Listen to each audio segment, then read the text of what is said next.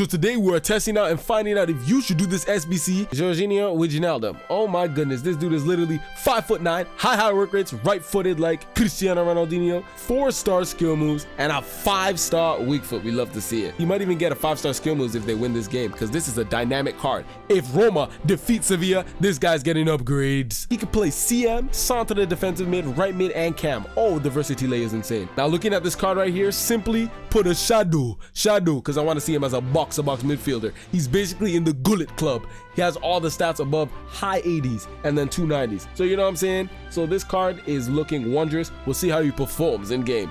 Only traits, solid player, and flair. Now we're gonna find out at the end of the video if WIJNALDUM is either going to get a 5-year sentence, 10-year sentence, or life in prison for being too overpowered. Let's find out. Let's get to it. This is the team we're running with. Let's get into the gameplay.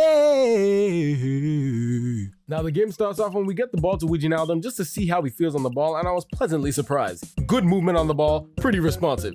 Now I know you might think this is minor, but this is actually a good pass because some players will pass it exactly at the defenders. It's tough. Oh yes, then we get the testing out WIJNALDUM's long shot ability. Blasted green time. Whoa, it was very close. Now right here, if you watch WIJNALDUM, you can see he has that burst out speed movement on the jockey. Very responsive in his jockey movement. I love that with these midfielders when they can do that. Not slow, clunky movement bozos. You get me? Now right here, WIJNALDUM's heading and jumping ability gets put to the test in an odd position and he still manages to win.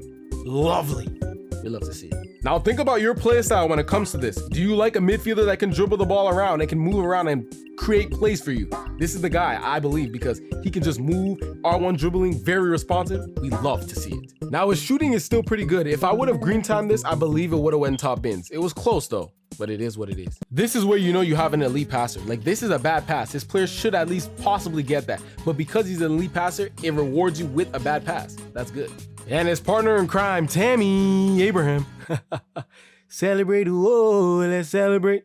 Now this right here was a good tackling animation from WIJNALDUM. I like how he was able to get the ball, but he didn't like tackle it towards the opposition. Good from WIJNALDUM. Now watch WIJNALDUM go to work.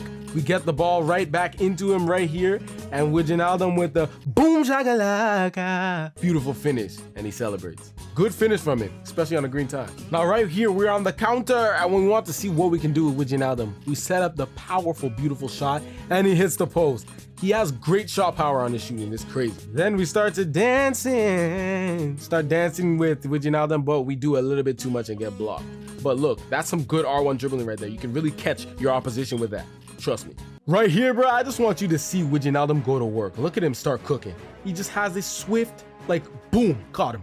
Gotcha. You know what I'm saying? Oh, got him. Woohoo! You know what I'm saying? Just nice moves from WIJNALDUM. Very responsive dribbler. Goodness gracious. And why I'm so keen on WIJNALDUM's dribbling is simply because when you're a midfielder, you don't want them to lose the ball in the midfield to where all of a sudden now that your opposition's on the counter attack. That's why I like dribbleful midfielders, so they don't just lose the ball very easily. And he's there for you. For sure, for sure. Now WIJNALDUM shows his tackling ability. I wish he would have got that, but this game is just an odd video game, and for some reason he flies and flips over like a damn lunatic. And once again, Tammy Abraham with the finish.